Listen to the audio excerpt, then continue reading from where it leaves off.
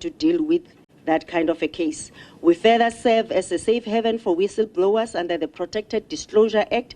In terms of this law, those people in the public sector who witness wrongdoing in their workplaces report to the relevant authorities suffer what they suspect to be occupational detriment can turn to my office for assistance. We relied on this law to investigate own initiative complaint of Mzimkhulu case, where we found that SABS failed to protect the whistleblowers involved. In addition to this, in fact, this matter was taken on review. The President, NPA, and Department of Justice have joined in this case. In addition to this, we have the power to enforce executive ethics under the Executive Members Ethics Act. Under this law, complaints about suspected breaches of the code and can only be received from members of the executive, members of parliament, such as yourselves, and members of the provincial legislature. Only my office can investigate such claims, and on receipt of a complaint, we are obliged to investigate. Such investigations ought to be conducted within a month, failing which I must write to the President or the Premier to inform them of the failure to meet the deadline, and that I will report on conclusions on the matter. While it may come across as a waste of time to mention this obvious information, recent history has taught us never to assume that our powers are understood by all and sundry, most especially those who are expected to be conversant with the constitutional and legislative framework relating to the public protector. As an example, we recently had senior members of the executive accusing the office of venturing into political territory when investigating a complaint lodged in terms of the Executive Members Ethics Act. So the members of the executive in question appeared to be under the impression that the institution just decided to pursue these matters for investigation, whereas we've received complaints and we are obligated to investigate. An important lesson that we drew from the episode is never to assume that people know what we do and where we draw our powers from, because we are only subjected to the law and nothing else. In the Constitutional Court case of EFF and others versus the Speaker, the Constitutional Court reminded us that the public protector are indeed the powers of the public protector are indeed wide, that leave no level of government power above scrutiny, coincidental embarrassment, and censure.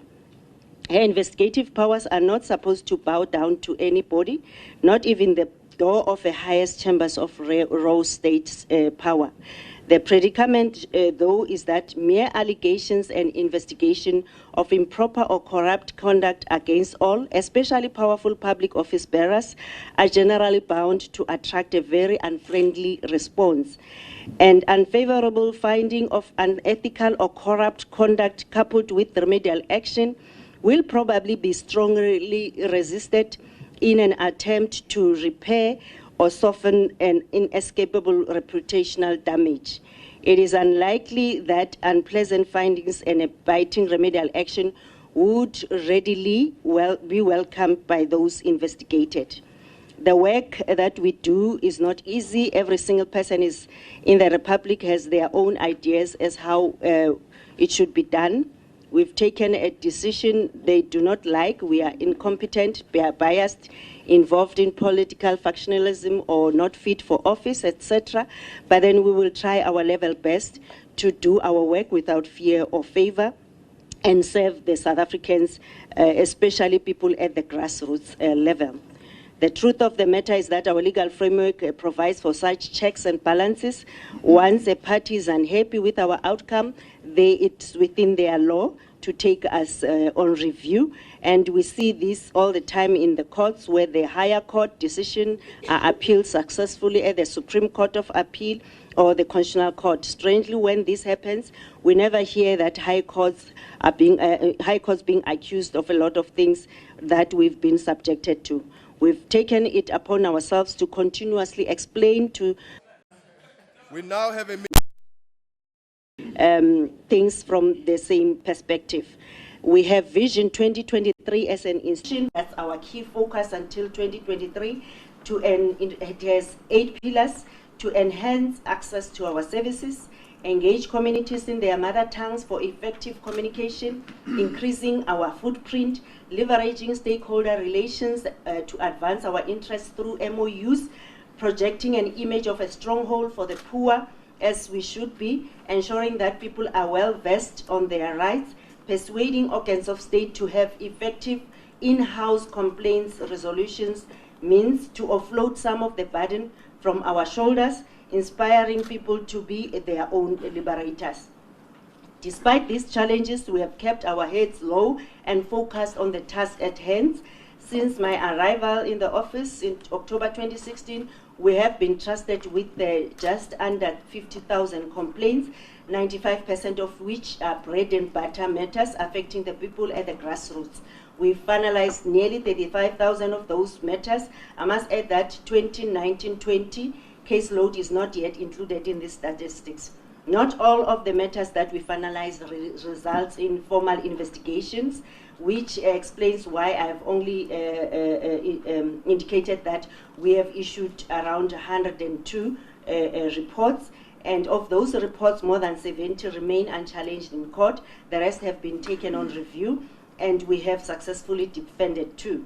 Since the commencement of my tenure, a total of 7 reports have been set aside on grounds of irrationality, unreasonableness, and so forth. Only 2 of these were issued by me, while the rest predate my incumbency. Another important point to make is that this institution hardly had a problem of review applications against reports until the Constitutional Court ruled in March 2016 that the Public Protector's remedial action is binding. Since then, the number of review applications has been on an upward trend. When I assumed office, there were already 16 such applications. To date, we have 30 reports which have been taken on review. Some of the cases are frivolous, and it can be said that the applications made are merely to save face. We have been on a drive to encourage organs of state to establish internal complaints units so as to manage the influx of complaints to us. That way, we don't do the public servants' work, but focus on systemic and own initiative investigations. We have held to account administrations under the leadership of different political parties, national and provincial departments, municipalities, universities, and other organs of state. We've also held to account various ministers, premiers, MECs, mayors, and officials.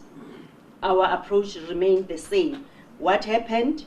A factual account of who did what should have happened, the standards that ought to have been upheld, such as policies, the laws, and the Constitution, and whether there's any discrepancy between the two.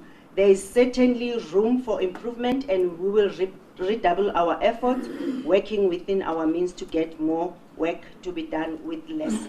Chairperson, let me hand over to the Chief Executive Officer to then present the APP. Thanks, Fifi. Through you, Chair.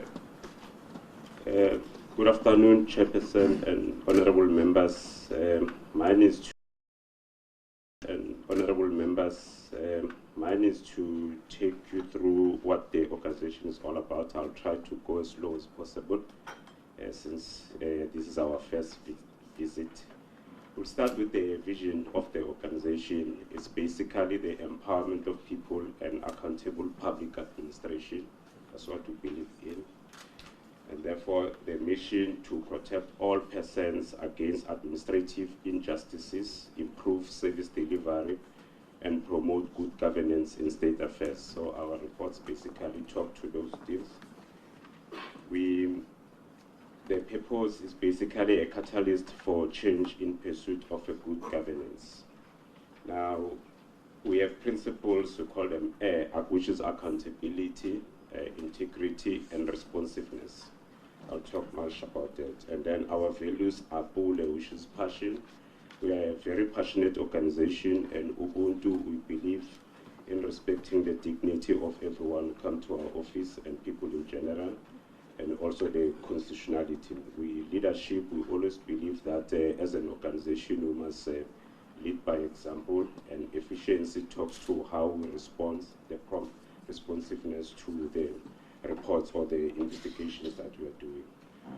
Our strategic outcome and the orientated goals, it's prompt service delivery, and then accessible to public protector services, and effective and efficient people-driven organization, oversight institutions and public complaints mechanism strengthened. I'll go into more details on that. When you set prompt in the strategic outcome and the orientated goals and strategic objectives, the first one is to say the meaning of the prompt service delivery to all persons and institutions is in order to promote and maintain good governance. We investigate and finalize the reports promptly. We're trying our best in that regard. We promote a culture of good governance in all the findings that we produce. And then we also ensure that the office is accessible, which means our services are supposed to be accessible. This is the easy of access to public protector services in terms of section 182.4 of the Constitution. We are also an effective and efficient people-driven organization, meaning that we develop and implement information communication technology to optimally support our business objectives. We have a core business and we have a support business to enable the investigators to do their work. We always ensure that we have a secure office accommodation. We implement an institutional effectiveness turnaround approach to improve efficiency. We also, because of the history of the findings, audit findings, we also have a strategic objective that mainly deals with obtaining a clean audit. That's part of leading by example. Oversight institutions and public complaints mechanism are strengthening the role of ombudsman institution and assist to establish internal complaints handling mechanism. We from time to time engage other ombudsman and then share what we are doing with them. Then there's 2019 targets per strategic goal, which is a breakdown of what's going to happen going forward. The strategic objective number 1 is to investigate and finalize reports promptly. There we are saying our performance indicator is number of cases finalized, and then the target will be finalized 7,000 cases per annum going forward.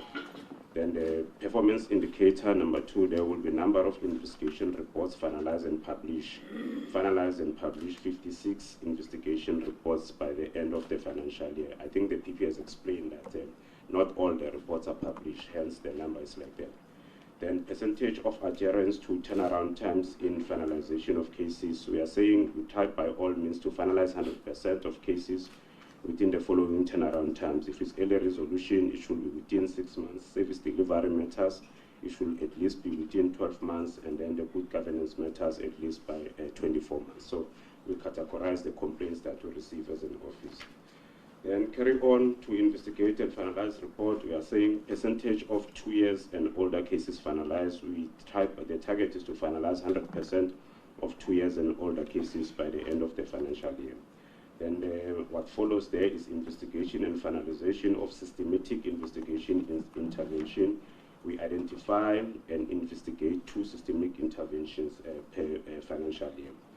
Then second one, objective will be promote a culture of good governance. Here we are saying the performance indicator will be number of dialogues held with organs of state on systematic challenges. We anticipate to have 10 dialogues held with organs of the state on systematic challenges by the end of March 2020. There is the strategic objective on ease of access to public protector services. The performance indicator there is to say number of outreach clinics conducted across the country. We anticipate to conduct 208 clinics across the country by the end of March 2020. This to ensure that the people know about our services and we go closer to them. We therefore say, again, another performance indicator in terms of ease of access is the number of public protector roadshows. We're planning to conduct 9 public protector roadshows, including national events.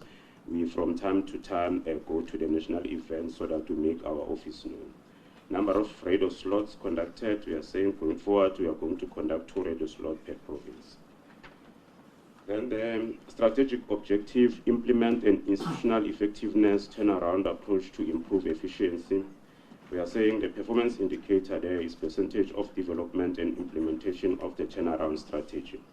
There we are saying that we need to approve 100% the implementation of the phase 2 strategy organizational structure. We're basically working closely with the DPSA to look at how the machinery of Public Protector SA is working, and we should be finalized going forward this financial year. I said it earlier that because of the history of our books, we also identify one strategic objective called obtain clean audit. We're planning to obtain a clean audit. We review and implement everything that has gone wrong in the past so that we have a clean strategy. Then, because of accessibility, we also feel that we must have a strategic objective that talk to secure office accommodation. Basically, this talk about state-owned accommodation. Number of state-owned office accommodation secured. We're saying at least secure 2 state-owned office accommodation. And going forward, strengthening the role of ombudsman institutions and assist to establish internal complaints handling mechanism within the organs of the state. The performance indicator is the number of bilateral agreements entered into annually. The target is to enter into 1 bilateral agreement with an ombudsman institution or assist an organ of state to strengthen its internal complaints handling mechanism by 31st March 2020. Percentage of IOC board meetings chaired. The Public Protector is chairing 100% of all the meeting of the research organization that is part of IOMA. It's an association of ombudsman. Percentage of IOMA meetings attended by the Public Protector. As a current president of the IOMA, she also shares to attend 100% of the meeting schedules within the current financial year. That's basically that in terms of our objective. And I'll hand over, with the permission, Chairperson, I'll hand over to our Chief Financial Officer to talk to the budget.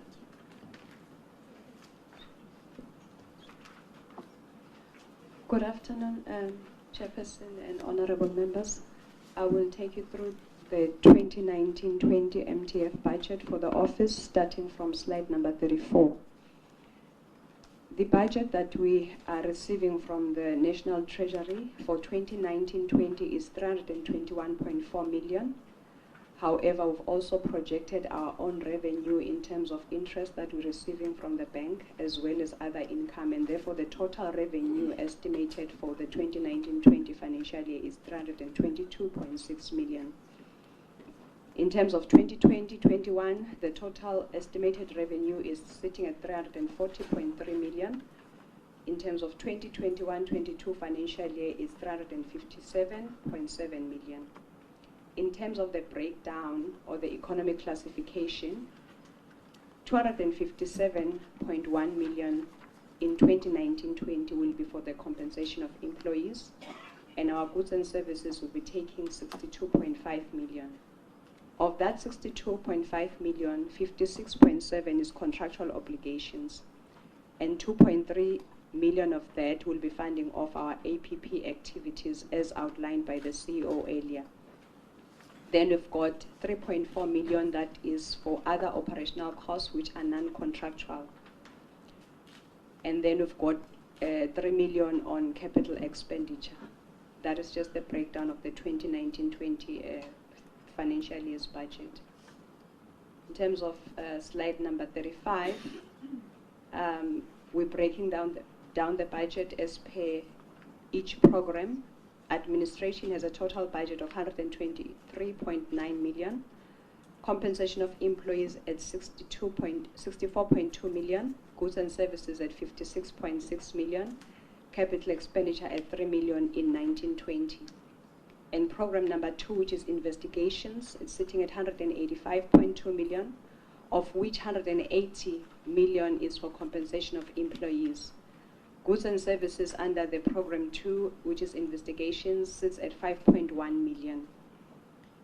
Program 3, which is stakeholder management, the total budget for the 1920 financial year is 13.4 million, and the compensation is sitting at compensation of employees is sitting at 12.8, goods and services at 619. which ties back to the 322.6 million for the year.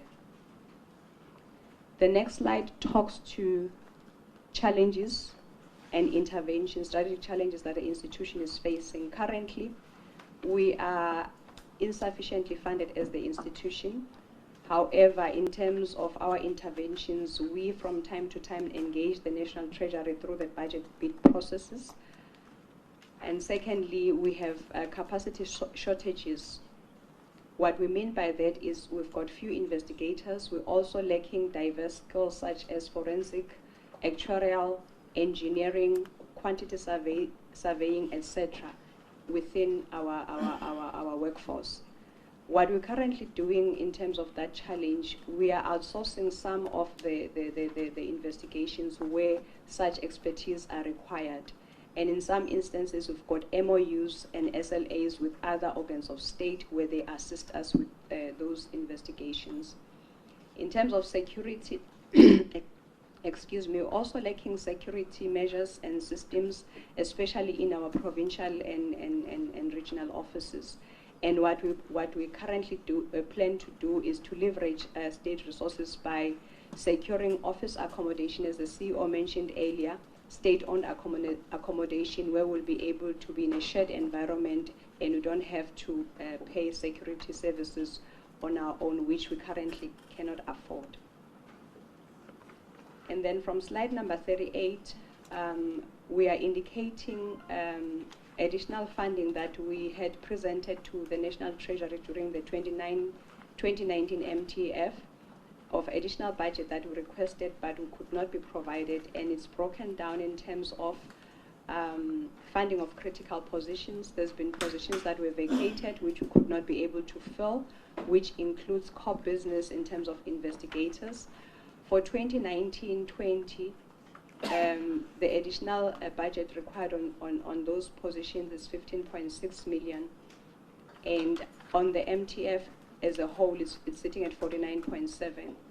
We also require a budget for professional fees, as I indicated earlier, where we require subject matter experts in terms of complex investigations, which those skills we do not have in-house. We're estimating 13.1 million in 2019-20, and for the MTF, 41.7 million. In terms of the security services, which I alluded to earlier, for us to be able to have security services in all our offices and be able to have security systems in place, as well as in our head office, we require 6.1 million in 2019-20, and for the MTF, we will require 19.4. Then we also have estimated an amount of 5.3, which is gratuity of the Deputy Public Protector. His term is coming to an end later this year. Such is not provided for in terms of his conditions of service. However, it's a request that we're putting forward for the Portfolio Committee to consider. Thank you.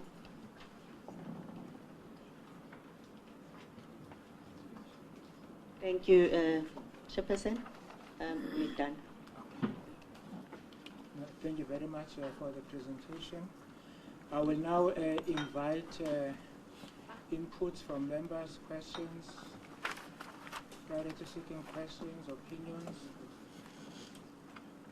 Honorable Kola Mola, Honorable Glenis Breitenbach, Honorable Horn, Honorable Self, Honorable Swart, Honorable Laudze, Honorable Mohammed, Honorable Janji, in that order. Thank you very much, Chairperson. And let us, of course, welcome the presentation by the Office of the Public Protector. Chair, I've got only 2-3 questions, then I'm done.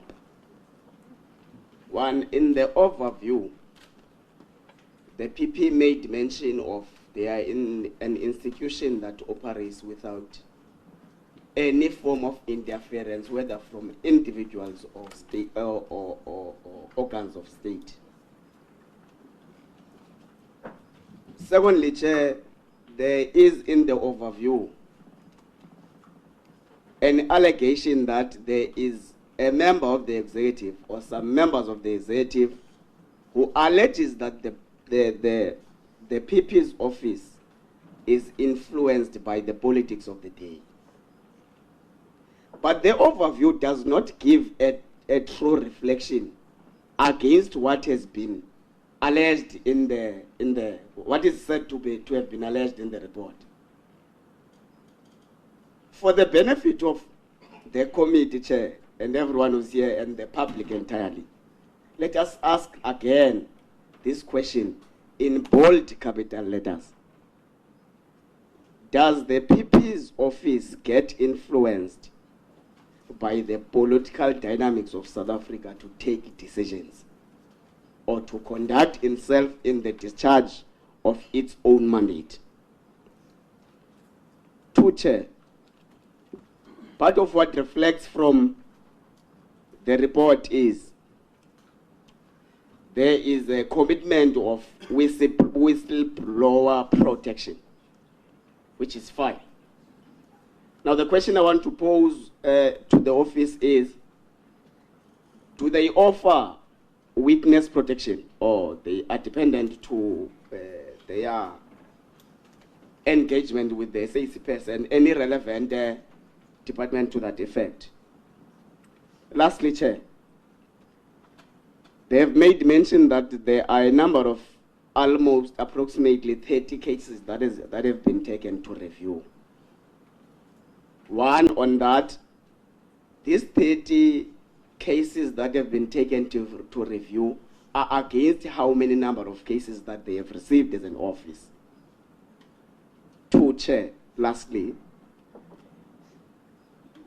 should someone not take this number of cases that have been taken to review as an alarm that there is a form of doubt and confidence in the impartiality of the Public Protector's Office? Thank you very much, Chairperson.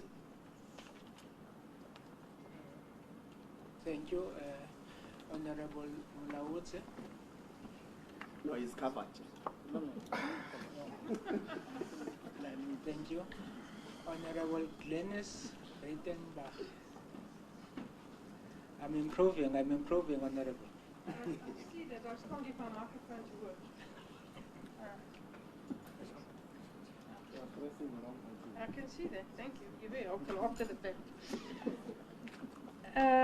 Thank you for your presentation.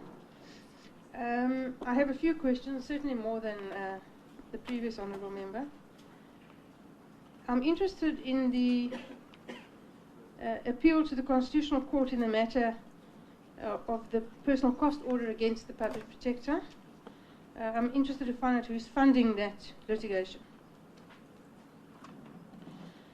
You recently released a redacted report. I would be interested to know why you released the report in a redacted form, and in terms of which legislation it was released in such redacted form.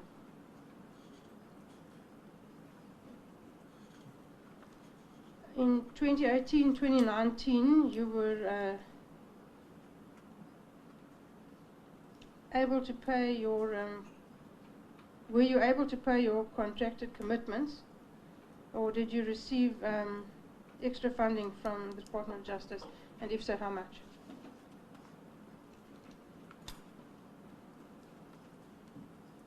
You're chasing a clean audit target for 2021. I'd like some details on the strategy, please.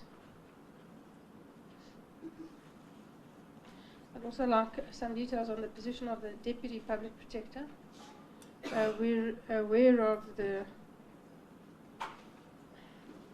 for want of a better description, the difficulty surrounding his security clearance. I would like some detail of the fact that he's in fact being gainfully employed.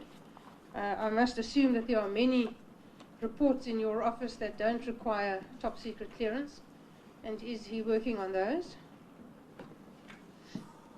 And if not, why not?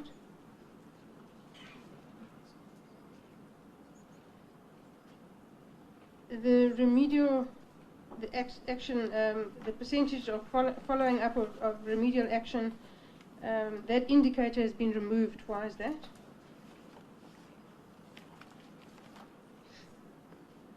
I'd like a little detail on with whom you're having dialogues with state institutions, with which institutions, and what the outcomes are that you expect to receive there. In the public, the PSA has raised concerns about union members and shop stewards in your office being victimized and investigated. They say by state security, also by attorneys who are hired by, they say, your office, and are subjected to unlawful surveillance of cell phones, telephone calls, and laptops. Can we just have a bit more detail about that issue, please? What is happening there, and have those issues been resolved? And then finally, the number of review applications you have already indicated. Could you give me an indication of how many of those review applications are defended? Thank you. Thank you, Honorable Hon. Yeah, thank you, Chairperson. Through you, the Estina matter, the Vrede Dairy matter, Chairperson, on the 17th of April last year, when the Public Protector came to present her annual performance plan, she, based on some comments made previously by the then committee, informed us that she was to open a fresh investigation. Honorable Hon, can you bring your mic closer? Sorry.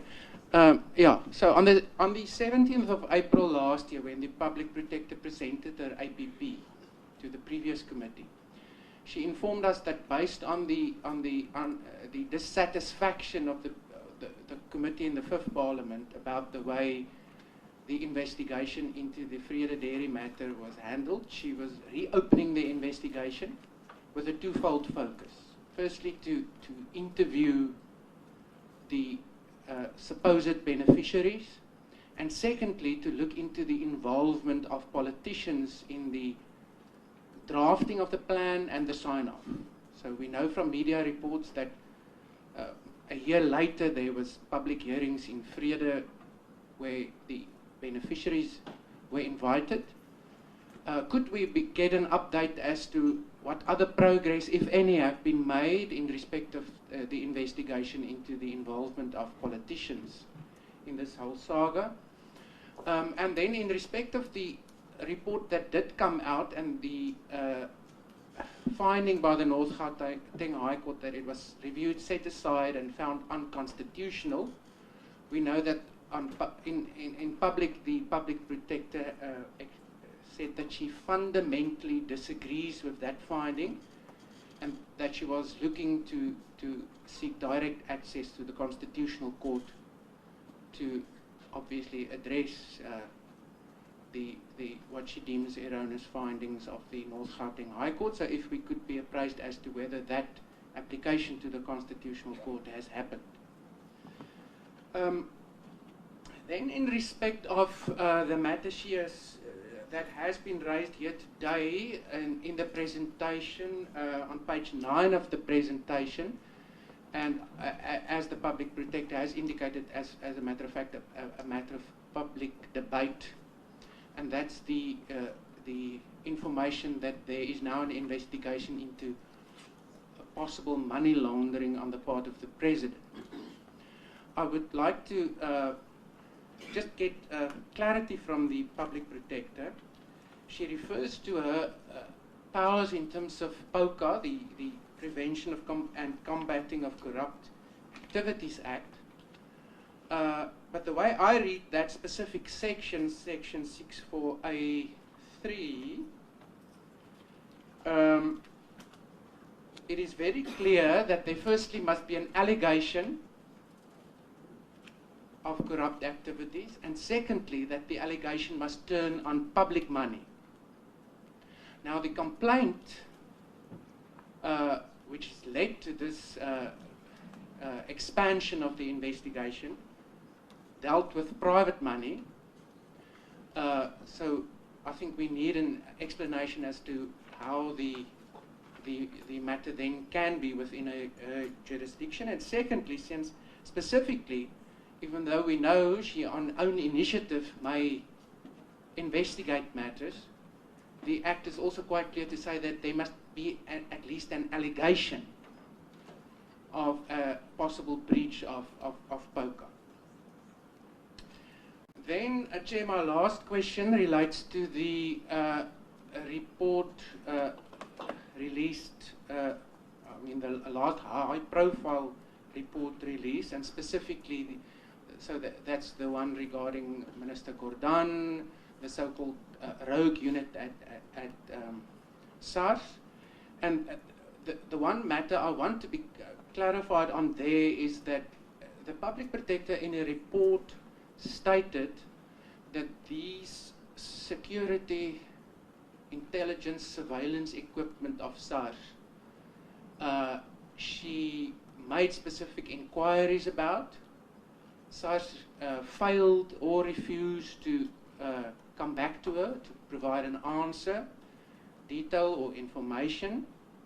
And from the reading of the report, it's quite clear that in a somewhat, with respect, circular manner, the Public Protector then argues that because there's no answer, there's something to hide, and therefore it must sustain findings that this unit was, as a matter of fact, then a security or a surveillance unit, an intelligence operation. Now, what I want to, an answer on is that if I read the Public Protector Act, it's quite clear that there's very specific powers of subpoena available to the Public Protector when she is in need of information and explanation, evidence of any nature. And then furthermore, that's in section 6, section 7. 7A, as a matter of fact, also allows her to apply and obtain a warrant for search and seizure, and to ultimately to be competent to enter, to go and find what she's looking for. So the question is, why did she not make use of all of the powers her own act gave her, but rather then makes an adverse finding on a failure to answer in what is obviously a report of national importance. Thank you. Thank you. Honorable Self. Thank you very much indeed, Chairperson. I'd like to ask, flowing from the questions asked by my colleagues around litigation, there's a great deal, as the Public Protector referred to on slide 15, of applications to review reports that are done by her office. But the Honourable Bradenbach asked how many of the review applications are actually contested by the Public Protector. What I would actually like to know is how much money has been budgeted for legal challenges to the Public Protector's reports in the upcoming year, because you will appreciate that one of the likely or certain legal challenges is going to be on the part of the report into the so-called rogue unit of SARS and Minister Gordhan. And since the South African taxpayer will be paying the cost of this litigation on the part of the Public Protector, may we then be informed who the legal counsel is that has been briefed to appear on behalf of the Public Protector in this matter?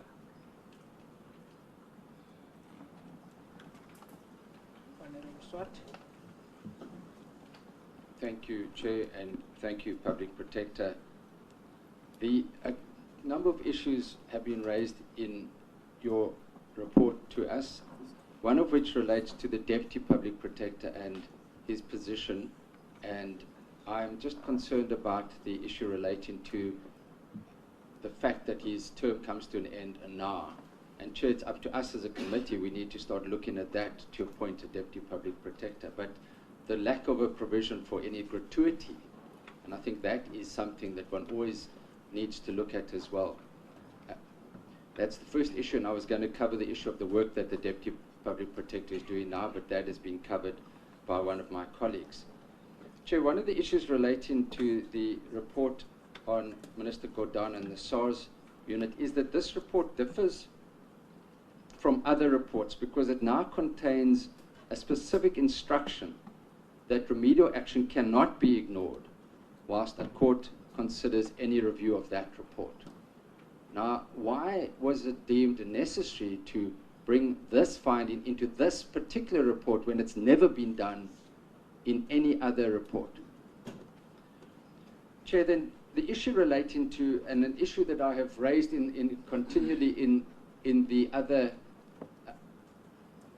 committee in the prior Parliament was the litigation costs, and I was fully appreciative of the fact that once it was found that the reports are binding, there would be large numbers of reviews with concomitant legal cost issues. My concern is whether on page 14 of your documentation you indicate legal fees. Audited outcome 2017-18 is 20 million. Adjusted budget for 18-19 is 15 million. Your budget for this year is 10 million. Whether, firstly, that it will be sufficient, and secondly, whether one is not then very cautious in the manner one approaches one's reports, bearing in mind that there is a very good prospect of reviews and costs. Lastly, then, I would like to ask, when one has funding of litigation and considering your financial constraints, what cases you are going to litigate on and who is funding litigation. We are fully aware that you are litigating against members of this committee, in particular Advocate Glynis Breitenbach and Mr. Werner Horn, due to the defamation court case that you've brought. Who is funding that litigation? Is the Office of the Public Protector funding that litigation? Thank you. Those are my questions from now. Thank you. Thank you. Honorable Joseph.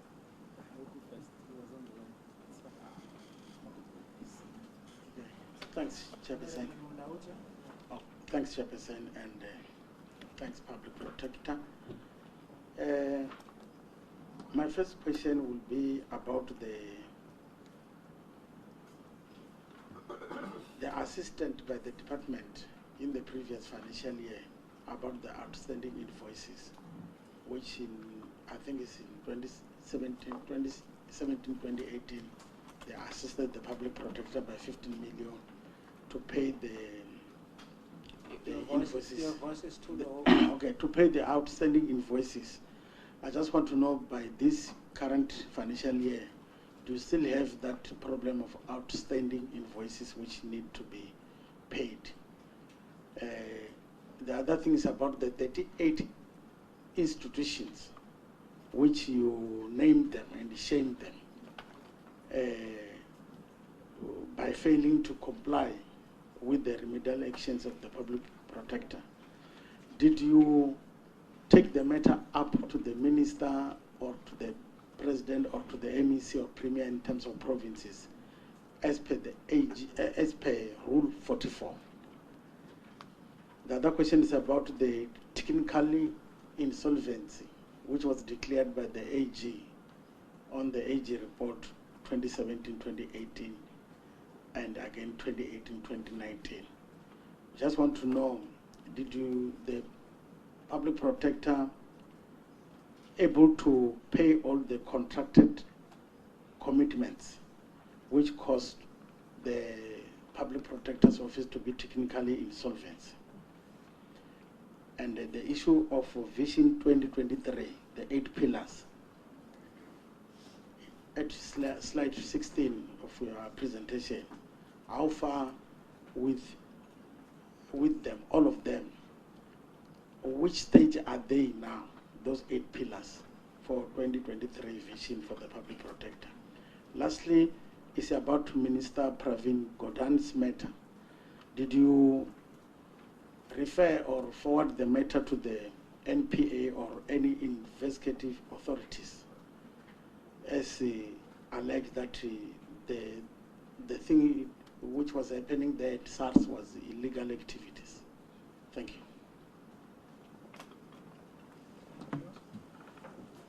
Honorable Mohammed. Thank you, Chair. I've been covered. Honorable Janje. Honorable Janje.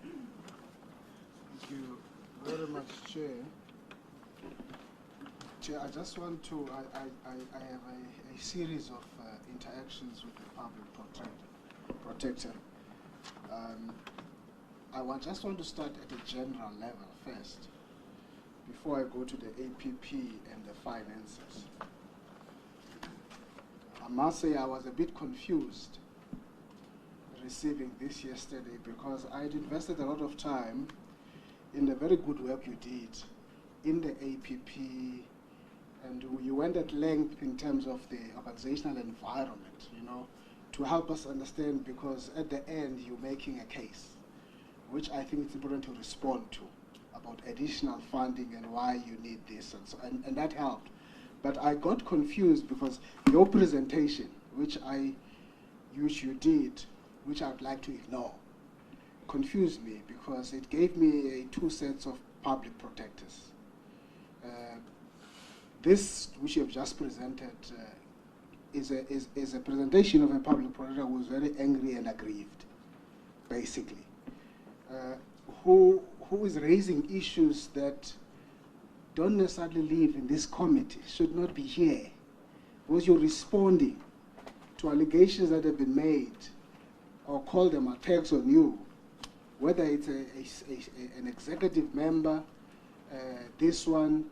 That's something I thought you should have just issued a statement, a very good statement, and respond to those issues, and not bring those issues to them, because we have not asked you.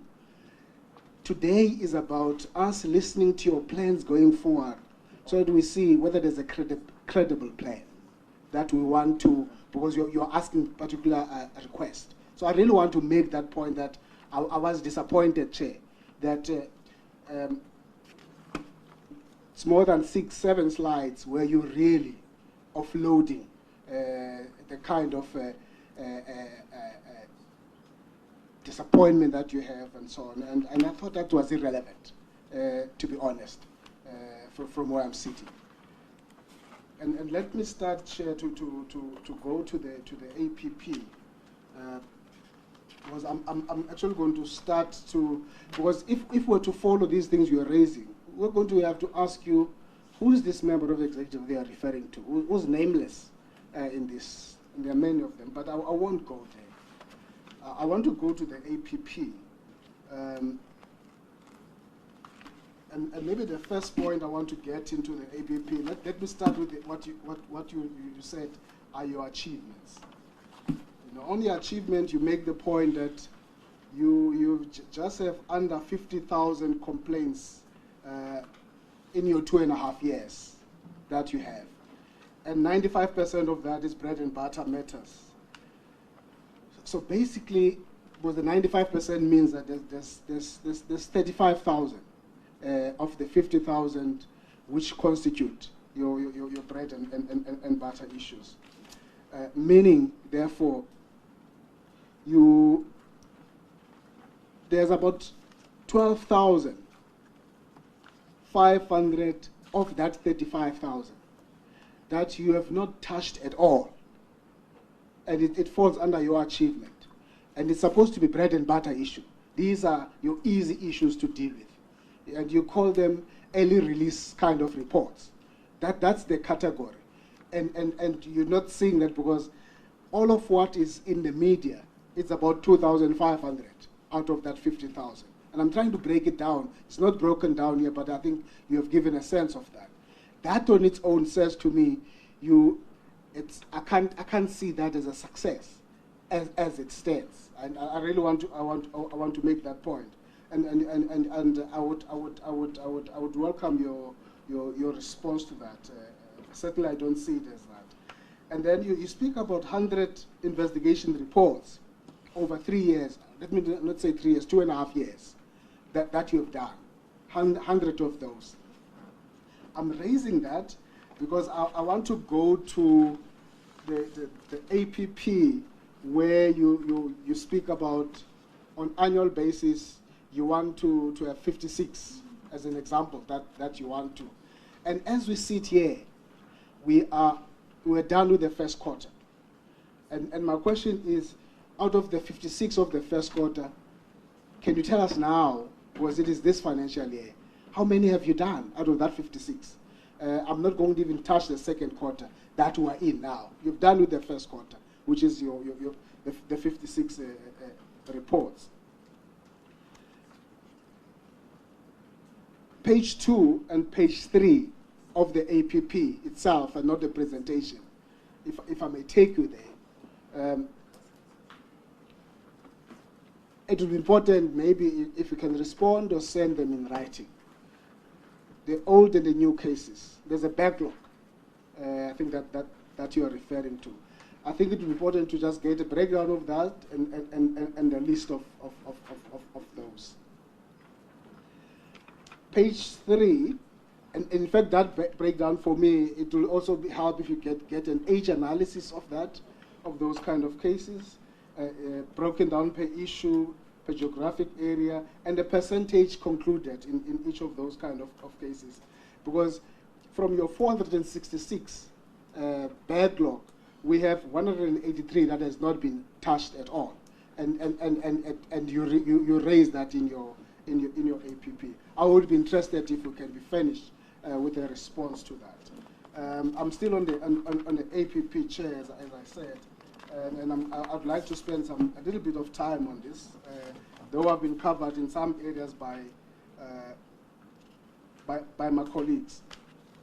And if I were to go back to the 56 target that we have per year starting from this year, because I'm interested what is the basis for that.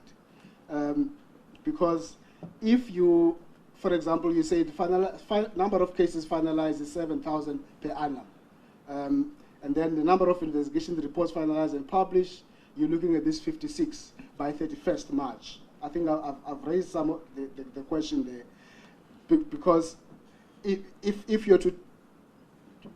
you said in 3 years, 2.5 years, you produce 100, and I'm interested how do you reach to this 56 now that you're putting up in terms of the year that is under review. The number of outreach clinics. This is something that I'm very curious about, because your vision speaks about Vision 2023, and you speak about grassroots. Both in your budget and in your APP, there's very less about grassroots. Because, for example, you've got 208 clinics broken down per quarter, 52. And even if we were to do that, even in this quarter, how many clinics out of those 52 that you have outlined there have you concluded? Because the quarter is finished as we move forward. Because I'm trying to share all other things that we're going to come back to. There are quite a number of things that are very juicy about the public protector that we might need to call separate meetings for. I'm trying to just focus on your plans and really how credible it is for us to support in your endeavors. You also speak about the caseload for investigators. Would you share with us, you would know, for example, how many investigators that you have, and how many, what is a caseload per investigator, and so on. And then on the budget, if I may go there, Chair. And Member Swartes has attended to this, just on the legal fees, because James Salford's question, Honorable James Salford's question is answered there. We already know as we sit here, as he indicated, that the previous year you utilized, or what was budgeted for was 15 million just for legal fees. So this current year and the next other 2 years, you've budgeted 10 million for legal fees. And this is a very important question to try and understand, because I mean, if I were to make trade-offs, I would, out of that 10 million of legal fees, get a gratuity for the Deputy Public Protector. It's there. You can get it. But you have planned, because your legal fees seem to be very exorbitant from where I'm sitting, but it has to do with the kind of reports and the quality of those reports. Because you complain in the presentation that your reports are taken on review, which is legal, and also they are set aside. And the reason why reports are set aside, because it has to do with the quality of those reports and whether there was proper work, there was proper legal advice achieved in the first place to ensure that before a report is released, it can run through any scrutiny. And so here we have to budget for what I would call incompetence. I'll use that word because you've said you're being called incompetence, but on the basis of the facts and evidence available in front of us, I think I can venture into that.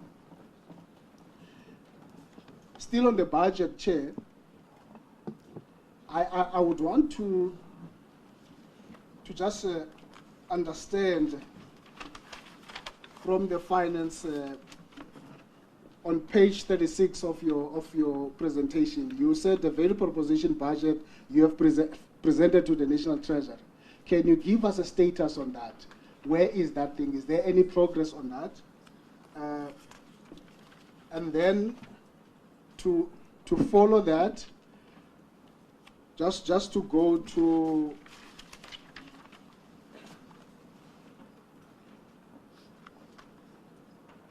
I'm dealing with too many documents at the same time. Back on the APP, I was a bit concerned about the empty spaces in your APP, page 37, I think, of your original APP. It seems to be a very incomplete APP, where there are no targets set for quite a number of the issues that you've put there. Either there's no program, there's no plan for that, and yet you are asking us to give you 116 million because you're saying you are underfunded. And I'm not convinced nor persuaded when I see such a plan and the financial plan that you have put up. I still have got a lot more that I want to ask. If I don't know if you allow me to continue, can I pause here for now, Chair? This is not the last meeting we have with the Public Protector. And we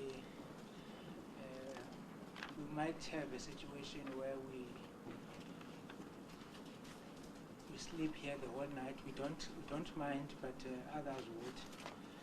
Honorable Jose. Thanks very much, Chairperson.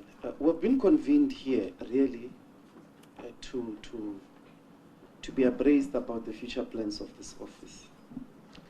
I find it very ridiculous and a serious abuse of power for members of parliament when the rest of citizens in South Africa have to engage the Office of the Public Protector in relation to the detail of her reports, have to approach legal institutions. Imagine what's going to happen to our democracy if we abused our power like these members are doing. Do we question judges get money from us too? Do we engage in this ridiculous exercise? Explain this ruling, explain that ruling. Why use these words? Why use this sentence when you did not use this sentence before? It's a conflict of interest. These members of parliament are motivated by constitutional delinquency to undermine this office. If you have a problem with the public protector's reports, There is a process recommended about that, a legal process. It's an abuse of power. Power that the people have given to ourselves as members of parliament. What's going to happen? Now she must come here and explain her reports, the details of reports, many of which are in front of courts. No, it's wrong. I mean, some of them are colleagues of Pravin Gordhan, Mr. Pravin Gordhan, my apologies. Some of them are colleagues of Mr. Gweda Mantashe, who, by the way, is the executive member being spoken about here. It's not a secret that there are executive members who go out there in the public and say the public protector, because she's investigating members of the executive as it is her job, she is being political. So, that's the first set of comments. It's therefore a lie. Okay, let me fix my language because I don't want to degenerate. It's misleading because the honorable member says the public protector spent 7 pages of anger. You know, I had to go through majority of the pages that are speaking about what her office does. Many of us here are meeting her for the first time. In fact, this is the first time she comes to Parliament in the 6th administration. All the things that she's speaking here have to do with what her office is about. It's an important preamble. Number one. Just a point of order, Chair. Just a point of order. Apology, Honorable Jones. Are we going to be given an opportunity to correct the misperception that he is creating here deliberately? Because we're members of Parliament. But that's not a point of order. It's really not. I listened to you. Yeah. I never did those things you're doing. Listen, that's what the debate does. There are reports in front of us. It bans you. Better focus on the reports. Yeah, but that's not a point of order. Don't disrupt the meeting. Don't disrupt the meeting. You are disrupting the meeting. You must wait. Sorry, Chairperson, my apologies. He was not yet done. Let's give him a chance. Okay. Chair, I want to have an opportunity because we are being misinterpreted here in front, live, by this honorable member. So I think it would be important that we correct those things when he's done, because he's clearly out of sync in terms of what he's saying. Honorable members, I think Honorable Rosie, it will be important to ask a question, make your points, but I also think that most of the issues we are raising, Parliament has the right to make the public protector to account. But she will be allowed to clarify and answer questions to the honorable members. But I think the regime that governs the judges and the regime that governs the public protectors No, Chairperson, you are debating with me. I'm asking you to be above board. A person raises a point of order. It's not a point. You must tell him that. That's not a point of order. You have to be above board if you're going to earn the respect of all of us. And if I'm out of order, I will retract whatever. That's number one. Number two, do not suppress debate. As a chairperson, don't say what I must say and what I must not say. Because I've got the right to speak, and I'm disagreeing with what honorable members are doing. That too, the public protector has a right to respond to, because I don't have questions. I have the last question. It will be one question. My point is really simple, Honorable Chairperson, with the greatest respect. I think it's wrong and dishonorable for people to come here and want to subject the public protector's reports to a review. I think it's wrong. That's what they are doing. Explain yourself in terms of this remedial. Why didn't you take this remedial action as opposed to this one, blah, blah, blah. It's wrong, Chairperson. It's wrong. Go to court if you want to review. And really, Advocate Mkhwebane does not have the responsibility to respond like that. She's not obliged to respond to things that have to do with the internal detail of a report to these honorable members. It's about the function of the office.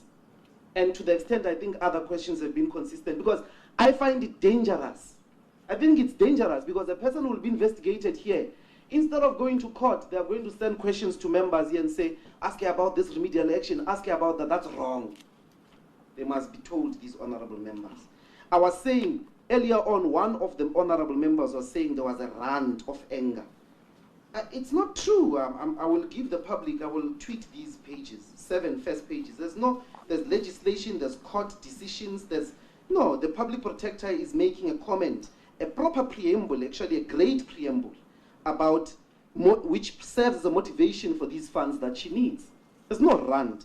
There's only one paragraph speaking about that office, that executive member who is saying the public protector has descended to the political terrain, and I agree it's wrong. A member of parliament lodged a complaint. She is investigating. That's not descending to politics. If the president of the republic has done anything wrong, let's give her the space to do her work, please. Now, public protector, I come to you now. You say, not yourself in particular, but the gentleman who spoke about finances. I think it was you. You spoke about the request that had been made to Treasury. That's where we come in, you see. What would you speak to in Treasury? Who's refusing you money? How much was the funding request? If you could furnish us with those details, we'll go to Treasury just now. They will come, those people as well. We need the detail, even if you can give us after in writing. The correspondence between yourself and Treasury in relation to funds. You know, that the public protector's offices are not under security, it's a big problem. And I think if these funds, I mean, look at that closing report. This is basic. Whoever is the incumbent, the public protector is requesting funding for security to her offices. Why wouldn't you give her that? The public protector is saying 33 positions have not been filled due to funding. Why wouldn't you give her that? These are reasonable demands. So I want to know, who in Treasury did you speak to? How much did you request, so that we can follow it up? People who want to speak to the incompetence of this office must follow the Constitution. Today we're talking about plans, we're talking about the tabled budget and requirements. If you want to debate the incompetency of the public protector, Section 194 is open to you. This is not the day, neither is it the platform, by the way. My final comments, I want to reiterate, and I would really want someone to respond on this. It's wrong and abuse of power for you to come here and subject this office to have to explain itself in relation to the reports that it released about your colleagues in Parliament. Thank you. Here is this correction, Chair. Can I just read this? Can I just read this? And unfortunately, I'm not sure if the member has taken time to. Here's the point, Chair. Can I appeal competent? I want to help you. Yes. No, can we do it this way? Can we have the public protector to respond to issues? And if members of the committee want a policy debate about issues, we can continue. But let's finish the business of the day. Then we can have a policy, because I think there were issues that were raised, I think, which honorable members would want to respond to. Then we can have that debate. But let's allow the public protector to do what she has come here for, and then we can, after that, then we can have a policy debate. Public protector. Thank you, Chairperson. Thank you, honorable members. To respond to the questions, I'll also allow the CEO, DPP, and CFO to respond, including the COO. The questions which were asked by Honorable Ngola, the overview and any form of interference, I think my opening remarks, I think also addressing Honorable Janji, was basically because it's my first meeting and I was trying to reflect on all what has been our challenges as an institution, and trying to bring members of parliament into the confidence of the public protector that these are the challenges we are facing, and we are performing our responsibilities in terms of the Constitution, and we find ourselves being subjected to these challenges. So it's more of mentioning what section in the Constitution which says members of the public or any state institution are obligated to assist the public protector. And on the complaints which are lodged in terms of the Executive Members Ethics Act, definitely it involves the executive, and unfortunately it's lodged by members of parliament who belong to other political parties. We operate in a political space, but as an office we are never influenced by what is happening. I need to assure members that, as I indicated in my opening, that we check what happened, what are the facts, what should have happened, what are the prescripts applicable, especially the prescripts, what the law is saying, what the Constitution is saying, and our findings are purely based on that. On the issue of the whistleblower protection, I'll also allow the DPP to just add on the issue of the persecution or what the victims are subjected to. But this one was purely investigated in terms of the Constitution. What are the responsibilities of the police to protect all citizens, and how whistleblowers are assisting in curbing crime. So this investigation was purely based on that. We know that the issue of witness protection is the responsibility of the Department of Justice, and if there are any witnesses which needs to be protected, especially when they are witnesses and there's a court process which is ongoing. The 30 cases which are on review, those ones have indicated that when I joined the institution already there were 16 cases which were pending, and then there were additional cases which we have received. And again, these people are doing it, it's within their right, and the law allows them to take our matters on review. Honorable Breitenbach, on the issue of the Constitutional Court matter, the public protector is paying for or funding the litigation in this particular matter, and I think you would appreciate to read section 5.3 of the Public Protector Act and understand that when the public protector is performing her responsibilities, or again any ombudsman in terms of the UN principles relating to an ombudsmanship, if I perform my work and in good faith, there's that issue of immunity from that personal litigation.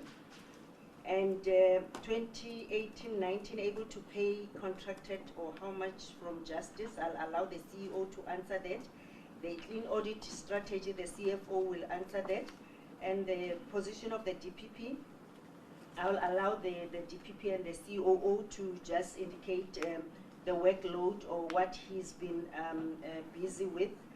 And the remedial action monitoring has been removed from the strat plan. The motivation, Honorable Swart, is that, or is Breitenbach, Honorable Breitenbach, is that the Constitution is very clear of what the responsibilities of the public protector are: investigate, report, and issue a remedial action. So in this particular instance, what we've done as well in terms of our rules is normally engage then the speaker to assist us in the oversight of this responsibility. We're still following it up internally as the institution, but then it's not our core responsibility as far as that is concerned. The dialogue, what do we expect? In this particular matter is strengthening constitutional democracy. Remember, when we receive complaints, we analyze them. We know where are the gaps in the public administration. When we receive a lot of complaints, for instance, from Home Affairs or from Compensation Fund, then we need to dialogue, or if it's one municipality, let's say, or some municipalities in the Northwest, then we need to call them together and work with them in eliminating those systemic challenges. So normally you'll find that there will be a lot of complaints relating to the delay in processing an ID or delay in processing an injury on duty. And you find that we assist those institutions in resolving those systemic challenges. So that's our responsibility as an institution to do that and to promote good governance and to eliminate the maladministration so that we don't have a situation where then, because you'd know that where there's maladministration and due delay, then corruption thrive, or then people are expected to pay for services. On the issue of the unions being victimized and surveillance and and all those, there's nothing unlawful. There's no unlawful surveillance in that particular aspect. But I'll allow the CEO to just deal with that matter. How many matters have we defended? On this one, can I respond in writing? Because we don't have the details as far as this one is concerned. Honorable Horn, the Friede matter. I must indicate that is not a reopening. Remember, the honorable members requested that I investigate this matter, so it was a new investigation which we have done, and it's not a reopening because, remember, again, the matter was, the report which I've issued was before court for review. The progress as far as this matter is concerned, it was opened in 2018, and April, and that falls within the matters which are falling under the good governance and integrity. So normally those I've indicated to the committee, I think last time, that it normally takes us from 12 to 24 months to finalize. But I must indicate that the investigation is at an advanced stage. We've interviewed all the witnesses, the beneficiaries. We've interviewed several politicians. We are at the final stages of the investigation, and we hope by the end of August we'll be issuing the report. And as far as the North Gauteng High Court matter, an appeal has been, we've lodged the appeal with the North Gauteng High Court against that decision. Remember, I said I'll either petition the High Court, the Constitutional Court, or I will approach, I will appeal the decision. And though the judge was also saying we should be delaying this appeal, awaiting the Constitutional Court judgment, unfortunately we couldn't do that because, I mean, as you know, that with Section 35 of the Constitution also guarantees us any, in fact, right to, not Section 35, but the Constitution guarantees the private protector also to exercise the right to litigate. And then page 9 of the Sorry, private protector. You said that you have already launched the appeal. Yes. The appeal has already been launched, yes. And then the money laundering POCA mandate, the investigation, the public protector can investigate corruption. I mean, if you read the POCA legislation, the public protector is one of the institutions which can investigate. It's a shared mandate. But then when there is then criminal conduct, then we refer the matter to the relevant institution to proceed with the criminal prosecution. So, or sometimes if we are picking up that there is any crime which has been committed, we also can refer the matter to DPCI if it's commercially related, or then can also refer it to the police for investigation. The issue relating to the intelligence equipment, the redacted report, Section 182, no, I think it's Section 182(5) of the Constitution, Advocate Breitenbach. It's very clear that if then the investigation, apology for that, if there are issues of security concerns, Section 182(5), then the public protector can decide not to issue or publish that particular information. So it was purely based on that. And the subpoena of the records, I must indicate that during the investigation we've subpoenaed the information. There was lack of cooperation Some of them we've opened criminal cases for failure to cooperate with the public protector. Others we've approached the court for a declaratory order, especially if it involves members of the executives who were not cooperating with the public protector. But I must indicate that, remember, in investigation, we can also be able to source documents and information independently. Honorable Self, the litigation part, how many opposed, we will provide that information. We don't have it with us now. And the how much budgeted for legal incoming years, and who's the council will be using for the road unit. We don't, we haven't yet appointed any council so far, because we haven't received any documentation as far as this matter is concerned. And the budgets, the CEO and CFO will deal with it.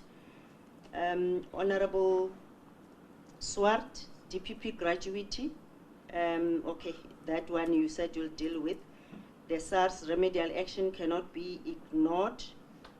On all our reports, if you can check, we educate what the Constitutional Court said about the remedial actions of the pipe protector. And the legal budget, again, CEO and CFO will deal with that. What cases will litigate on?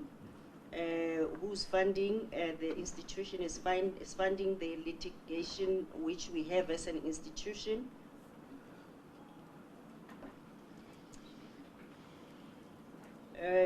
Honorable Mulawuti, the assistance to pay outstanding invoices, that CEO will address, because we did receive funding from Justice.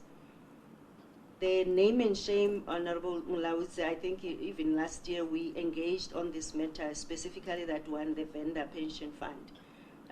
That one, unfortunately, the Minister of Finance now has taken the Public Protector on review, the 2012 and the 2016 reports. Those ones, we have also written to the Speaker in terms of Section 55(2) of the Constitution as an oversight, because that's your responsibility to also assist us as Member of Parliament to hold the executive to account. So the unfortunate part of it is that it will impact on those pensioners. It means then it will be a long drawn process, and there's no hope for them, and of which as an institution we were trying to make sure that we give them hope. So the issue of technically insolvent by the AG, CFO will deal with that. On Vision 2023, what we have achieved, we've signed several MOUs with Justice, COCTA, SALGA, SIU, NPA, AG, and there's still more to sign. So it's just the Justice one is the matter of implementation, because we are broadening our access and using their footprint. So the CEO must work closely with the DG, especially the offices we've identified in the far-flung areas where our outreach officials can go to and receive more complaints. And then the last year's roadshow was focusing on encouraging state institutions to establish their internal complaints mechanisms. As we are saying that we are encouraging people to lodge their complaints with the institutions first before they approach the public protector. And as well, we were encouraging various institutions to address people's complaints, because I think you'd know that service delivery protests, most of the time it's when the communities are not listened to, then they end up taking the law into their own hands. So this year we will be focusing on holding certain institutions. Some of them have already approached the institution to help them to establish those complaints mechanism.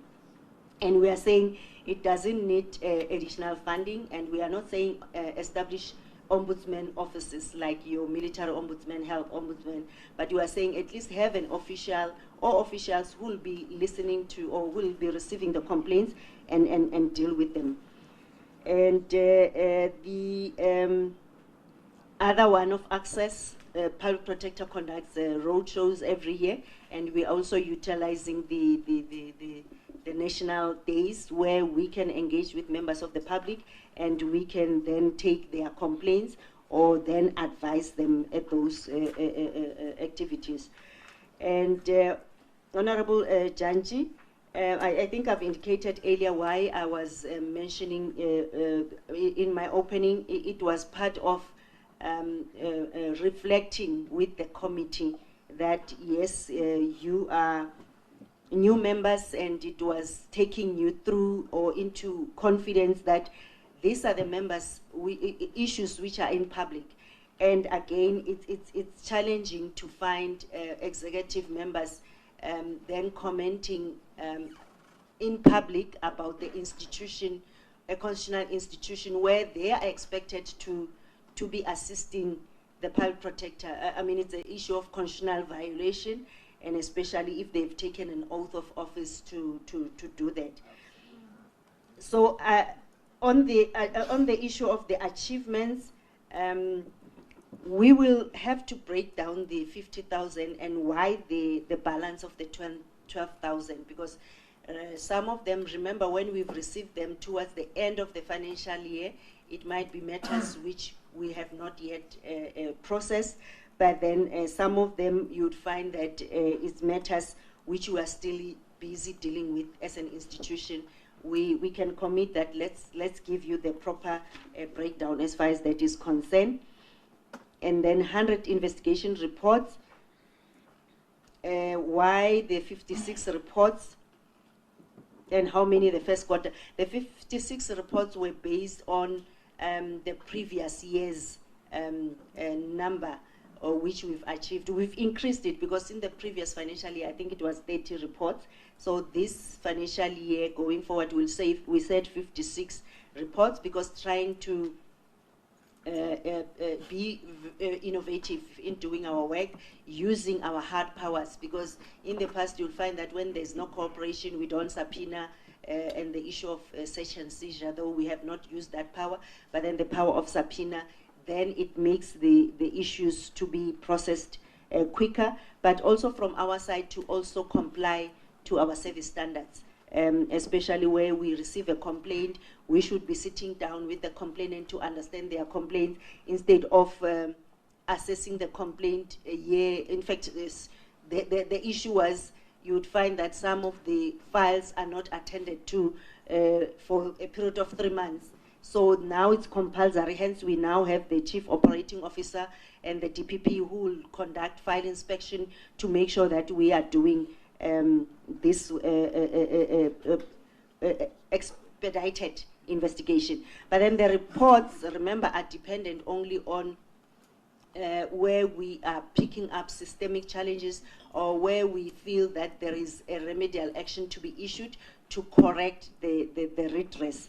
The 56 we used the previous years, and then we've increased, taking into account the backlog which we are having. And we were having this, we are having this backlog project where we've processed 183, but then I'll allow, out of the 466, we were left with 183. I'll allow DPP and COO just to indicate how far we are now. And the first quarter report is available, the performance, and we've achieved our targets. And I was just telling them it's not 12 reports. They are saying we've issued 12 reports. I think they are more than that. It's 26 reports already, which we've issued to this day.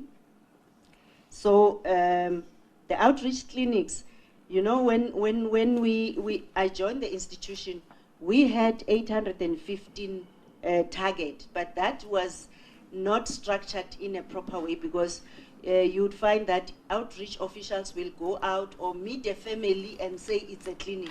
So we had to rework that and define what is a clinic and work it according to the municipalities.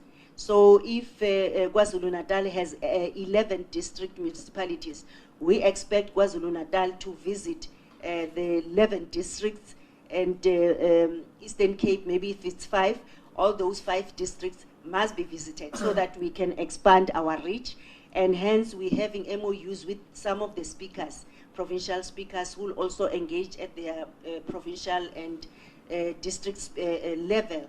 When they have their public participation, then we can also piggyback on that, so that we can have a wider reach of the people we can engage. So this is purely about the grassroots. Hence, we had to focus on that so that we can reach other. Because in the past, you find that they will go around the towns or where nearer, but this compels us to even go to the far-flung areas. The caseload per investigator, there's early resolution matters which we would say we need to finalize within 6 months. There are those who are service delivery complaints within 12 months. Then the good governance one is within 24 months. It's what we call complex matters. So normally you'd find that the investigators who are dealing with the service delivery complaints and the early resolution matters, they may have up to 50 complaints at a time for them to finalize. So those ones include writing only one letter, phoning the institution, so that it's quicker to resolve. But then the ones who are dealing with good governance matters, you'll find that some of them are having up to 20 files per investigator, and 20 files, it involves a lot of work, research, and detailed investigation. So that is against the international standards, because normally you'll find that if you are an investigator, especially for the good governance one, you should at least be handling 5 cases in a year, especially the complex ones. The legal fees they will deal with, and DPP, the DPP's gratuity. I think the issue of the budgeting for that instead of budgeting for legal, I think, or on that one, the reports are set aside based on the investigation will be complete. It's not because of the quality of the reports. Again, it goes back to any person's right to take the public protector's matter on review, especially after the Constitutional Court judgment, because in the past you'd find that the number of cases were very few which were taken on review, but then this one matter is based on not agreeing with our finding, and we try and avoid that, because most of the time you'll find that we will even sit down with the institution to discuss the report. Those who are cooperating. I mean, we sat down with the Minister Nzimande some other time with this taxi recapitalization matter, where we were even saying, what remedial action do you think are implementable to change the system within the institution? And the other one we said with the MEC Lomo, the previous MEC of KZN, about the mortuaries matter. So if we get cooperation and we get assistance from the institutions we are investigating, normally we will sit with the institutions or even the ministers. I remember we sat with the former Minister Mbalula, where we were taking him through the Section 7(9) and indicating that, but here the law says this you violated, and this, unfortunately, this is our findings, unless you can convince us when you submit your information. So it depends, and we try our level best to avoid instances where we are taken on review. So page 36 presented to National Treasury, what's the status? CEO will deal with that, the empty spaces. And Honorable Ndlozi, the request to National Treasury, we will supply that detailed information and who we dealt with, and it's appreciated that if we can get the support from honorable members to especially on the issue of the budget and how we can be able to be properly funded. I'll hand over to the CEO, Chairperson. Thanks, Pipi. Honorable members and Chairperson, maybe let me start with the budget matters in a nutshell. To say that maybe because this year is the year of election, obviously it affected the program of the committees and all that stuff. These matters were supposed to be discussed earlier. But the reality is that we go through the same budget process like any other entity or the department. So this is not basically a budget that is we asking just because we're in a committee, but we went through the MTF process, we scrutinized, was debated. We've got, we are clustered in terms of different organizations in the government. Ours is called Law, Courts and Prisons, where you have Department of Justice, Correctional Services, Office of the Chief Justice, NPA, SIU, Human Rights, and I think SABC. So the results came to everyone who made a bid, and unfortunately, there was no money to be allocated to us. Instead, we were requested, they took away certain amounts of monies from our budget. For instance, 1.7 million in 2019-20, 1.8 2020-2021 to 2 million. So they did a budget cuts instead of allocating money. But because we are also mindful of the budget situation in the country, we didn't sit and say, okay, because there's no money, instead they're taking money and do nothing. We came up with what we called austerity measures, where we look at how the organization is performing, cutting into some flesh that is there in different programs of the organization, and that is why we are still solvent. The CFO will explain the solvency, why we managed to pay all the contractors, I remember, and we are still solvent so far, irrespective of the fact that we didn't give money. But that doesn't necessarily mean that going forward we don't request for additional budget, because we still have to have the budget that we requested. Then the other issue that I will attend to is the issue of the security in our offices. As a result of this situation of the budget, we are unable to provide physical security, what we call guarding services in all our regional, provincial and regional offices. That is the one major thing that we are asking this committee to assist on, because it's really putting the security of our personnel at risk, even the assets and the building of the organization. There was a question around PSA victimization and surveillance of our staff members. Maybe, Chair, let me bring to your attention that, like any other organization, we also have aggrieved maybe colleagues within the organization, who were the former colleague who left the organization, but from time to time... Can you bring your mic closer? A former colleague that left the organization, but what we pick up is that from time to time, he will have information that is confidential within the organization that is not supposed to have. Then we started an investigation just to find out how possible that he can have confidential information. During the process of investigation, we pick up that there's one official who happened to be a shop steward who's supplying him with that particular investigation.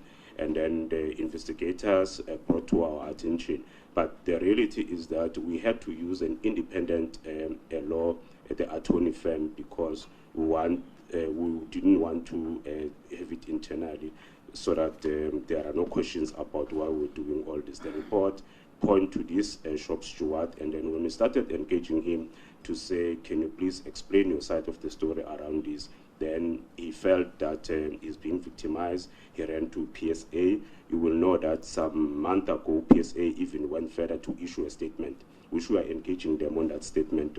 We demand that they must retract it, because that's unfounded allegation. The natural course of justice is taking its toll with that particular colleague, and maybe when we come back next time, we'll give the committee the results of that. I will ask the CFO to finalize some of the budget matters. Thank you, CEO. Thanks, Chairperson. In terms of the question relating to our 2018-19 contractual obligations and outstanding invoices from 17-18, yes, in 18-19 we were able to meet all our contractual obligations. As the CEO indicated earlier, we had to implement cost containment measures to ensure that we only commit for what we have budget for. Anything that we didn't have budget for, we did not commit. Hence, we were able to pay our contractual obligations and other services that were within the budget. 17-18 invoices that we could not be able to pay, through the assistance of the Department of Justice additional funding, we were able to pay those invoices. In terms of our solvency, The financial statements which we have submitted at the end of May this year, which are currently under review or being audited by the Auditor General, indicates that we are out of the insolvency status. However, the report is due at the end of July for them to agree with us in that aspect. And then, in terms of the clean audit strategy, we have a very broad strategy, which we consider a living document. We revise it annually depending on what risks have been identified and how they are being mitigated, and other factors that may be coming through our internal audit process. One of the things that we have been able to implement or currently implementing is insourcing our internal audit function. We're in the process of appointing 3 colleagues to join and become permanent employees, because at the moment our internal audit has been outsourced, and that has been somehow a cause for us not to be able to ensure that our control environment is effective. So the strategy is very broad. It touches across all programs, not only finance. There is financial aspects, but there's also core business aspects. There is other support unit aspects in the strategy, which will include HR and ICT. But in terms of 18-19 financial year specifically, the target that we had under that clean audit strategy was that we want to reduce the number of findings by 50% compared to what we had in 2017-18, and that is yet to be revealed by the end of July, whether we're meeting that or not. Thank you. Thank you, Chairperson. I'll allow DPP to answer. Thank you, Chair, and honourable committee members. Just in terms of the function, issues raised by Honourable Breitenbach and Honourable Swart, I received revised delegations. As you know, my powers are largely out of delegation from the Public Protector. So one of the big things that I've been doing over the past year, since April last year, is leading our backlog project and trying to cut down the backlog that is in the system. It's very difficult on many fronts, but of course, as the numbers, COO Ms. Baloyi will clarify the numbers. We'll move from 466 to 183. It's always difficult because there's so many things, bottlenecks that we find. I mean, for example, I'll raise issues such as pension matters. Someone will raise a technical issue such as the fact that someone doesn't have a contribution on a pension from Siskai, for example. We can't prove. On a technical matter, it can just be blocked and it gets stuck and so forth. But we are moving on that project, and of course, as part of that, I have been conducting a regular file inspections of all investigation units, at least at head office, to ensure, to try and to get to the bottom of why files don't move. And of course, we pick up a lot of issues. I'll just give you an example of matters that probably the South African public has been frustrated, that we're trying to ensure that they get out. The Free State website, for example, people had forgotten that that even exists. That one I've tried to make sure that it gets out. And there's quite a few others in the system that we actually owe you, and so forth. And of course, I do sit on the leadership structures of the organization, which is EXCO and a number of other decision-making matters. And of course, I also am finalizing the training function that in terms of report writing and investigations across the country, to ensure that investigators have quality reports, to actually make sure that the reports are litigation proof. That's some of the things that we try to. It's not an easy one. And there's also the South African, you will have noticed, honorable members, there's that Alexandra issue. I'm currently leading a collaboration between the South African Human Rights Commission and the Public Protector in Alexandra on a joint project. So we, as Public Protector, are focusing more on the conduct failure issues, which surrounding the Alexander Renewal Project. In other words, the alleged corruption in that project, and of course, they are looking at the human rights side of it. And of course, again, another collaboration I'm leading is with the Human Rights Commission in Cleveland's, the hostel. So in spite of our report, we're still facing a lot of challenges in that regard in terms of the practical aspect, in terms of implementation of some of the situation is still very dire. I'd also recommend that the committee go and see some of those things themselves.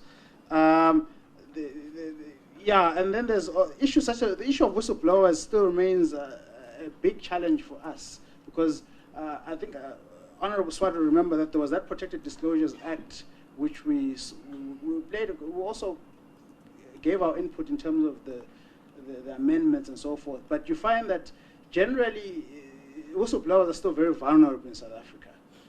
I personally often advise them to be anonymous, because they lose their jobs, or they get killed, or they get assaulted, and et cetera, et cetera. So we don't really have a framework in place which really protects them enough. And I think that's where perhaps Parliament as a whole we needs to come to the party, including the 38 entities that were named and shamed, because some of them, it's part of that is just resistance to implement remedial action and so forth. So, but I'll leave it there, honourable members. Mine is actually, I'm heading into the sunset. My term ends in 5 months. So, yes, so I've done my part. And of course, there's been no framework, hence my request. There's not been no framework in terms of things like pensions and all. In fact, I've just been operating at the leisure of the public protector. So some of those things probably will have to clarify it for my successor and so forth. With pleasure. Yes. Yes. Thank you very much. Sorry, before you proceed, honourable members, can we deal with this matter of the Deputy Public Protector's gratuity as a committee, so that he does not have to stay here and motivate for his gratuity, so that we have the comfort of reflecting objectively without looking at him and being sometimes feeling intimidated by him or by them. Okay, you can proceed. I think the balance of the backlog. So, thank you, PP, Honourable Chair, Honourable Members. I'll start with the first question around why the remedial action, has been removed from the APP. We have removed it from the APP for the obvious reasons that the PP stated earlier to the business plan, and because of, it's not always the case that, it's all the remedial actions that are being challenged. It's one or two, or where, people want to save face, but we do have, a process where we account for all remedial actions. Hence, we have, a database of naming and shaming those that do not ultimately comply with the remedial action. Because in the past we put it case by case, but you'll find that, with one case, especially with the 2 years, or because of the cases that are older than 2 years, people will always talk about prescription. They'll also talk about, consultations. Other people have left. So we are dealing with some of those issues, as our purpose is not really to find people, on the wrong side, but it's also to ensure that, they revise their own policies and take appropriate action, because in certain instances, especially in municipalities, one person move, to the next municipality and still commit the same, malpractices. So that's what we are trying to do. Hence, we removed it from the remedial action, because of it's not every time that, the cases get challenged on the entire report. And then the second aspect that I wanted to talk about is on the achievements. It's also to brief honourable members that, there are cases that we are closed at the level of an executive manager or the provincial representative. but it's not the case that, you know, the public protector would normally, you know, issue through the media or through other means.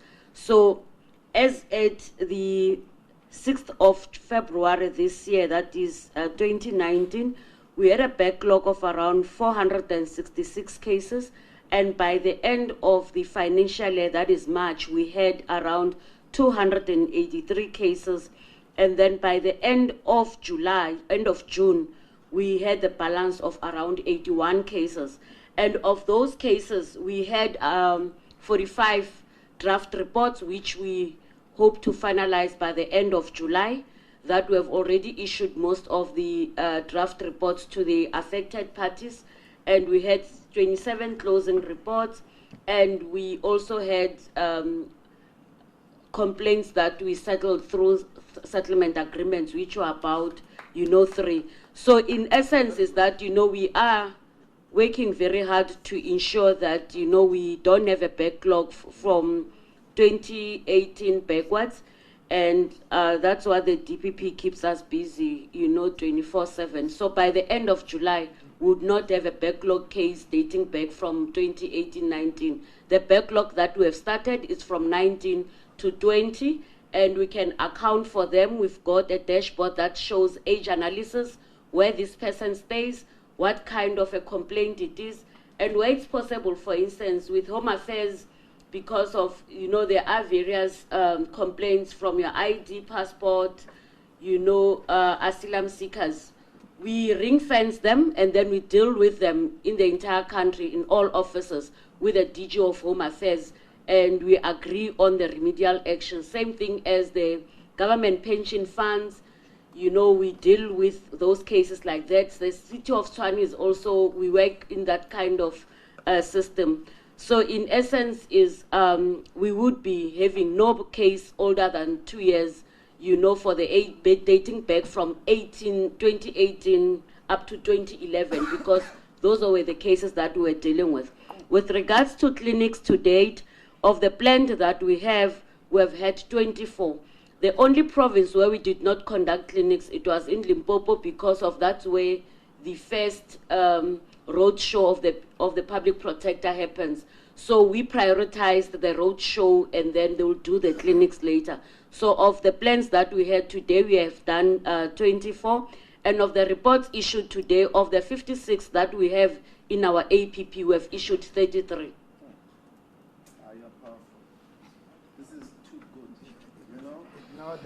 Now that spokesperson is coming. Please, there is one chairperson, please, Honorable. Must not come here and behave like a self-imposed bodyguard of the media. Why is he a self-imposed bodyguard? Honorable Public Protector. Thank you, Chairperson. No, we've answered all the questions. Thanks. Thank you so much. Very good way.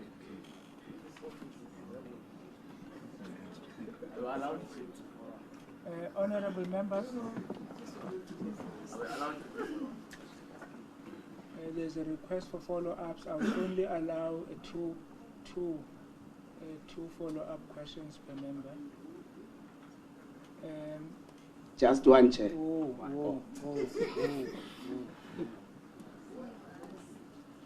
I will note people who want to do follow-ups. So we are not forced to. It's your choice to make a follow-up. Don't feel obliged to. Okay. Honorable Mlauzi, Honorable Jose, Honorable Janji, Honorable Mola. Then we are done. Oh, thanks, Chairperson. My follow-up is only one follow-up, which I asked about the illegal activity by Honorable Minister Prafi at SARS. After your findings, did you forward the findings to the law enforcement agencies for further investigation? Because it seems that he was running his own parallel structures, which tantamount to treason. So we want this thing to be forwarded to the law enforcement officers so that if there are some steps to be taken, because no one is above the law. Honorable Joseph? No, it's a quick one. So these security guards, you said it's security personnel that you require. I want to quickly find out, are you going, is it request for a contract or for direct hire? Because for this amount of money, you shouldn't get a contract. You should internally have them. Just a quick clarity, because isn't it you are requesting our support? Then, no, let us agree on the gratuity of because these people are working very hard, you know. I'm very impressed by the Public Protector's Office to have done such amount of work. Many of these reports, these honorable members can't even tell you, because they are just focused on their colleagues. They are not focused on the hundreds and hundreds of reports that this great office is performing. Your service to this country is admirable. Very admirable. Thank you. Honorable Jose, I think you are going to have an opportunity when we discuss this matter to argue the way you are arguing is fine. But we will have Thank you, a day Chairperson. which will be dedicated to discuss the matter. Honorable Mola. Thank you very much, Chair. On the matter regarding findings that have been taken to the review,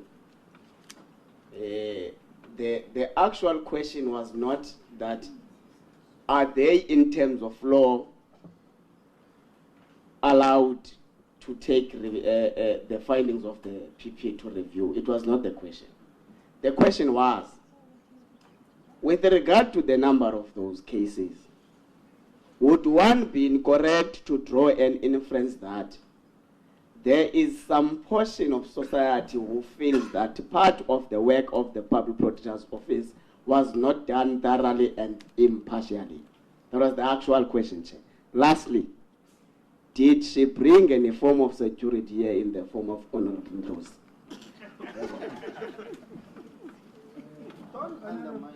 Honorable members, let us ensure that we don't contribute to some form of a disruption of the meetings. Let's try and maintain. Apologies, Chair. Thank you very much. Honorable Janche. No. Thank you very much, Honorable Chair. In the glare of TV, it's easy to play to the gallery. But I'm mentioning that point in passing. I think the point I need to emphasize was we can't leave this meeting without clarifying this. It's important because a wrong impression will be created. And I'll share with you. The Public Protector Act provides that nothing contained in the Act shall prohibit the discussion in Parliament of a matter being investigated or which has been investigated in terms of the Act by the Public Protector. So when we're raising issues here, we should not be regarded as either encroaching into a particular investigation or defending it. We're within our right to deal with these issues. I thought I must explain, I must make that point. And the second point I want to make, Chair, is I am looking forward to those detailed written responses on the questions that we have asked. That you're not in a position now to give us those details because it was not part of a plan for you to come because we only raise it in your presence. I'm really looking forward to that. But I'm also looking forward to us engaging with the Public Protector beyond this particular issue. There's quite a lot of issues. We are going to have to be interacting with the Public Protector quite on a number of issues. I'm looking forward to those things. Thank you, Chair. Thank you very much, Honorable Janche. Honorable Public Protector. Thank you, Chairperson and honorable members. Honorable Mulaudzi, the report has been referred to the National Director of Public Prosecutions and to the Commissioner of South African Police to investigate any criminality in the matter. And the issue of security guards, I think the CEO will respond to that. And then the Honorable Ngola, the review, I think we maybe when I was answering it, I dealt with both the question by Honorable Janji, but I was saying the review matter, yes, it's within people's rights to do that, but then what we try by all means to do is that the quality of the work or the reports we are issuing, as DPP has indicated, and COO, all the reports which we issue undergo the quality within the institution, and even our legal services to even advise on previous review matters where possibly matters were set aside to check that we are within the law, and finally before the public protector signs those reports. So our reports are very much well investigated, and we have the quality assurance out of all our executive managers who needs to make sure that the quality of work we are doing is up to scratch.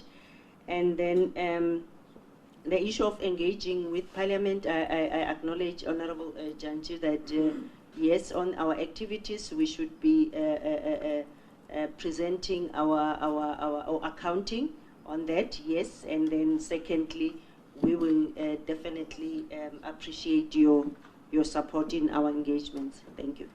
CEO. Thanks, PP.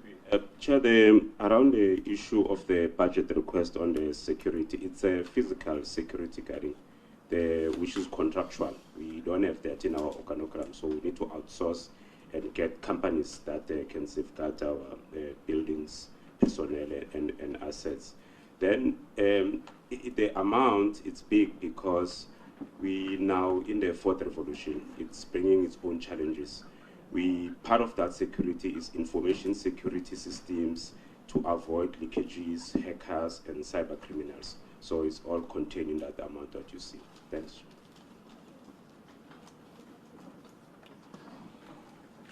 Are we done? Yes, thanks. No, thank you very much. I think one of the issues that we will need to really discuss is a broader issue. It's the issue of private security guarding government buildings. And some of them, they might not even be vetted. Yeah. I think it's a broader issue that needs a discussion. I think the issues that we have asked for further information, it's a breakdown of the 50,000 cases. There are 8 analysis and geographic area. Cases to be defended, the request to the National Treasury,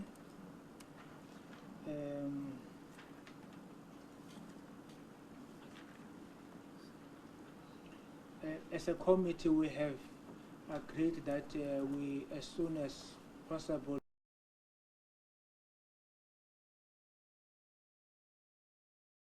public protector. No, thank you very much, Public Protector, and to your delegation. Don't get worried. It is in the nature of this environment. Sometimes it gets hot. It's not that we don't like you.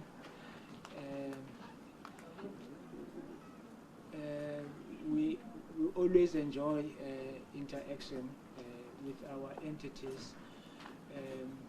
Sometimes they get robust, but it's part of the oversight. As long as we stick within the law, it's okay. What we intend doing, we have been saying to all our entities that report to us, is that we want to scale up our oversight engagements, especially in this 6th administration, and as a result we'll be dividing ourselves into subcommittees because we want to balance our legislative work, legal drafting, with our oversight. And as part of our oversight, we will be going through all the issues that our entities have raised, areas where they want our support, because most of our entities have got budgetary challenges. Where we can lend a hand, we will do so to ensure that the work of our entities get enhanced.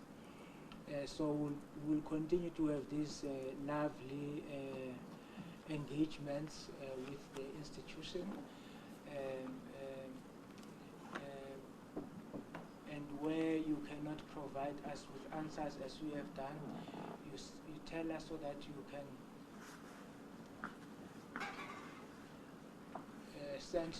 send them to us in writing. So we would like to thank you very much, and we are happy that you are saying that you have moved from being insolvent to being solvent. I think it's a big achievement, because I think it was making us to be extremely worried. And one of the areas that we would want to robustly engage you on, it's the 2023 strategy and your plan towards clean audit. It would be difficult to have a situation where an institution that does not have a clean audit, investigating people for maladministration and all of those issues. So it's important that we must move towards achieving that particular target. Thank you very much, honorable members. Thank you for restraining yourself, even those that wanted to jump on top of the tables, for restraining yourself. We will meet tomorrow. Thanks, Mark. Thank you so much.